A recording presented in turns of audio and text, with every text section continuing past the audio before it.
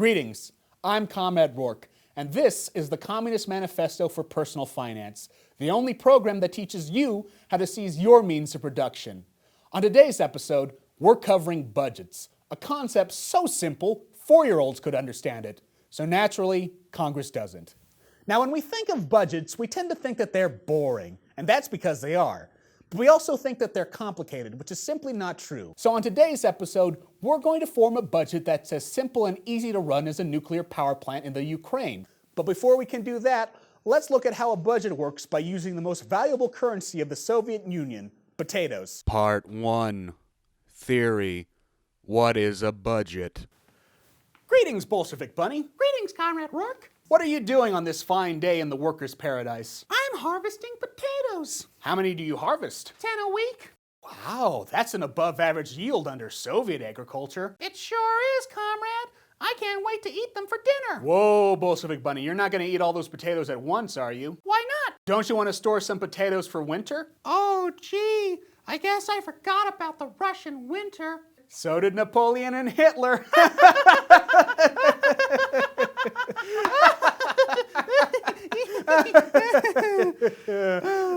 Millions of people died.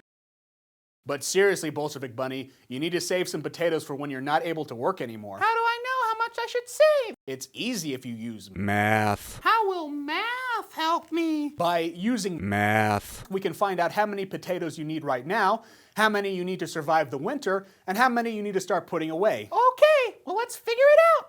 5 military coups later. Well, Bolshevik Bunny, it looks like you need to be consuming 5 potatoes a week, but you also need to be putting away 2 potatoes a week. Oh, boy. That means I get 3 extra potatoes. Yes, Bolshevik Bunny, 3 luxury potatoes, which is guaranteed under communism. Communism.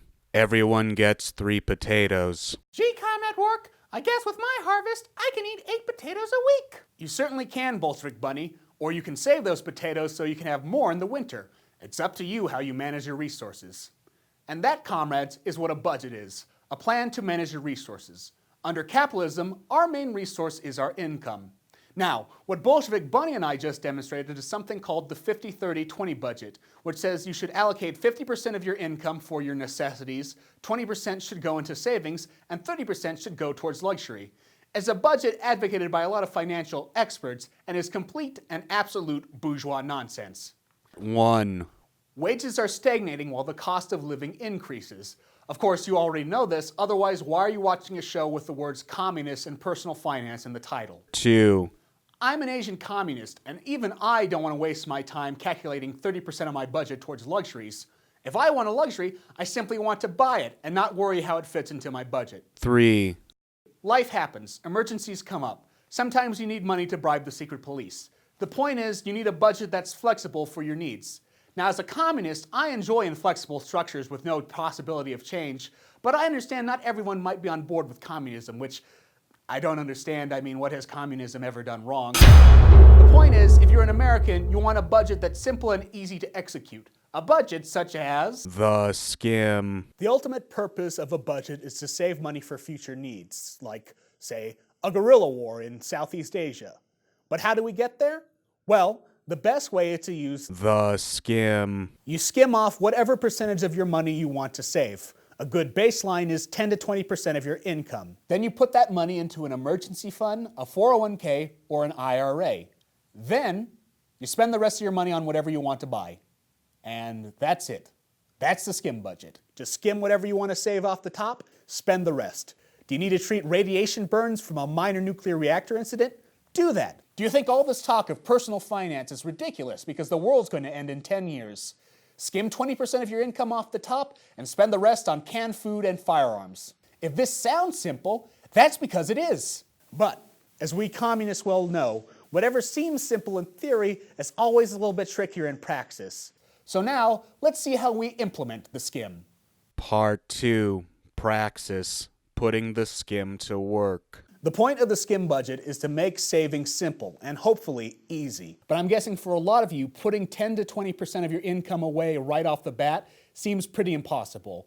Maybe you've tried putting money away towards retirement, but you have to keep dipping into your savings to pay the bills. Or maybe you're just treading water, don't know how to save, were never taught how to save, and are too scared to look at your bank account. Believe me, I get it. I've been there. It sucks to be in debt.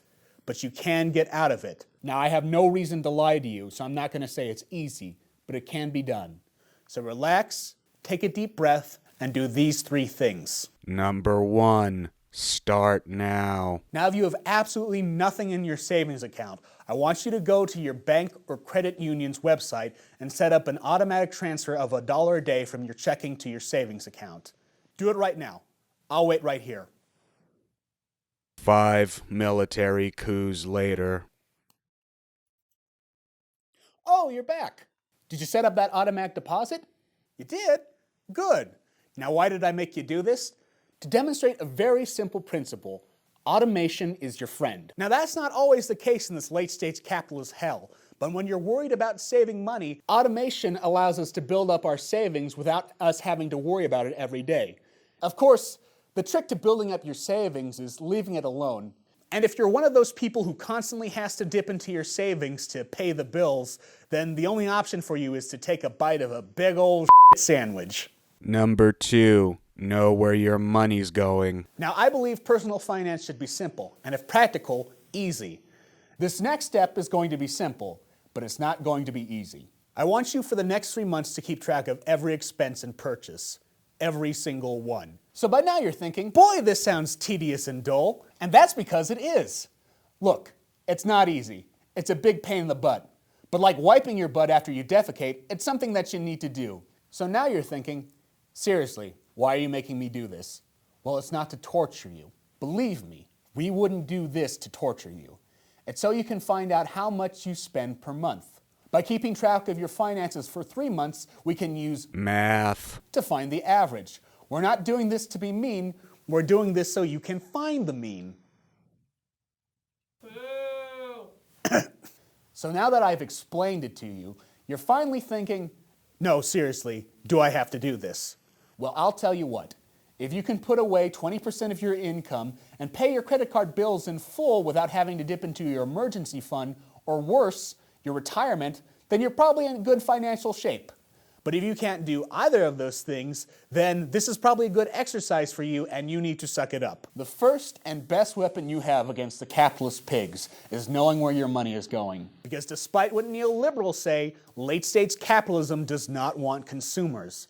Late-stage capitalism wants marks. No, not that Marx. I'm talking about marks, M-A-R-K-S. You know, people who get taken in by a scam. You don't need to be a communist to realize that banks and corporations love to take advantage of people who don't know how to manage their money.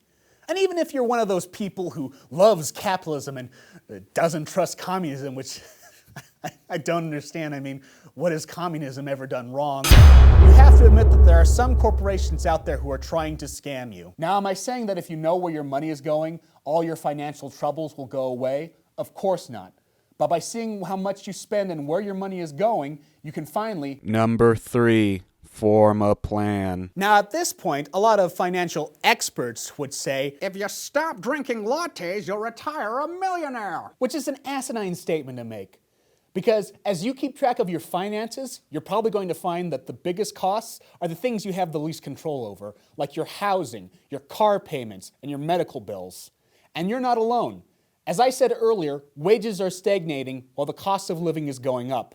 And as a society, the only solution is to, implement a communist government because Things always get better under communism. the first hard pill we have to swallow when dealing with our finances is that there are things beyond our power. That's why it's important to take control of the things we can control. Now, the best case scenario for keeping track of your finances is you'll find you're paying for things you never use. Like a video streaming service you never watched because there are 7 million streaming services out there that none of us asked for. But truthfully, there's probably some stuff we're going to have to cut back on. Now look, I know when somebody says you need to cut back on something, your justified response is to say, why do I have to cut back on things when billionaires waste millions of dollars on things they don't want, let alone need? And you're right, that's not fair.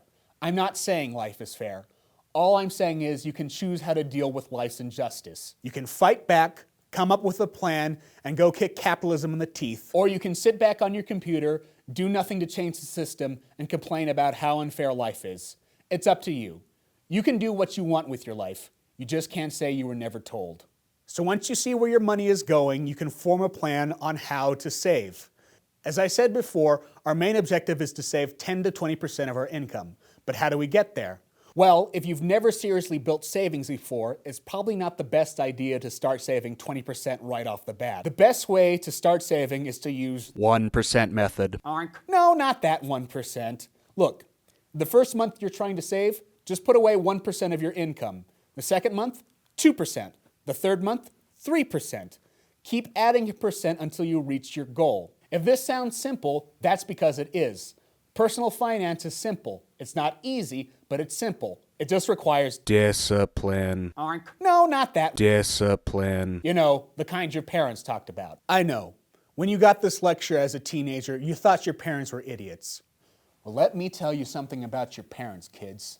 They were idiots. But not because they told you to save your money, but because they didn't follow their own advice. They got into financial straits even though they were probably making enough money to retire with ease. They did this by making bad financial decisions like subprime mortgages or buying a lot of junk they didn't want. Lucky for them, they can probably rely on entitlements to bail them out. But those probably won't be around when you retire. In all likelihood, they'll be swept into the dustbin of history. The point is, if you don't want to be anything like your parents' kids, take my advice. Start putting your money away right now. Quit thinking it's lame to have personal finance goals, and instead, think of it as Part 3. The Revolution. So you say you want a revolution, or you follow a lot of socialists online who say they want a revolution. Well, you know what? That sounds really appealing right now. I'm all on board for a good, old-fashioned Peaceful revolution, where we overthrow the old capitalist regime, implement communism, and re-educate those greedy capitalist pigs. But if I have one critique of today's socialism, it's that it focuses too much on capitalism's external apparatus of oppression. The state-subsidized monopolies, the dismantling of trade unions, the militarization of the police, and the constant surveillance of the masses. Things that never happen under communism. And while we should definitely talk about the external apparati of capitalist oppression, I feel we do a great disservice to the working class if we don't address internalized capitalist oppression. Now, I'm sure there are many fine Marxist scholars out there who have written many fine articles defining internalized capitalist oppression. And if you know of these scholars, please send me a list so I can promptly ignore it because nobody cares about academia. I define internalized capitalist oppression as the belief that a person's life is only worth the value of what it produces and consumes. Now, unlike most online intelligentsia, I give the average person the benefit of the doubt and say that on average, most people aren't stupid. Intellectually, we know that money isn't happiness, but subconsciously, capitalism bombards us with the message that consumption equals fulfillment. In other words, to consume more, you need to work more. And to be real original in, quote, Fight Club, we work jobs we hate so we can buy we don't want. All of this is to explain why, if you're a socialist, as many young Americans say they are these days, you need to start taking control of your finances now. And I know a lot of you are thinking right now, If I'm a communist and hate capitalism, isn't trying to save money and responsibly investing in the stock market and banks a contradiction? one could argue that being financially responsible is a way of enabling capitalism. But if you stop to think about it for more than a second, you find that's a ridiculous statement. Because as we discussed earlier, capitalism does not want consumers. It wants people it can scam. And the less you know about personal finance, the easier you are to scam. And that's why, if you call yourself a socialist, it's important that you take control of your finances now. Because taking control of your finances is an act of revolution. And I'll be the first to admit, it's not the sexy kind of revolution where we storm the Bastille, overthrow the bourgeoisie, and but it is important. Because by taking control of your finances, you're overthrowing internalized capitalist oppression. And until we overthrow the oppression rooted in all of us, no revolution will ever be successful. I'm Comrade Rourke, and you are the revolution.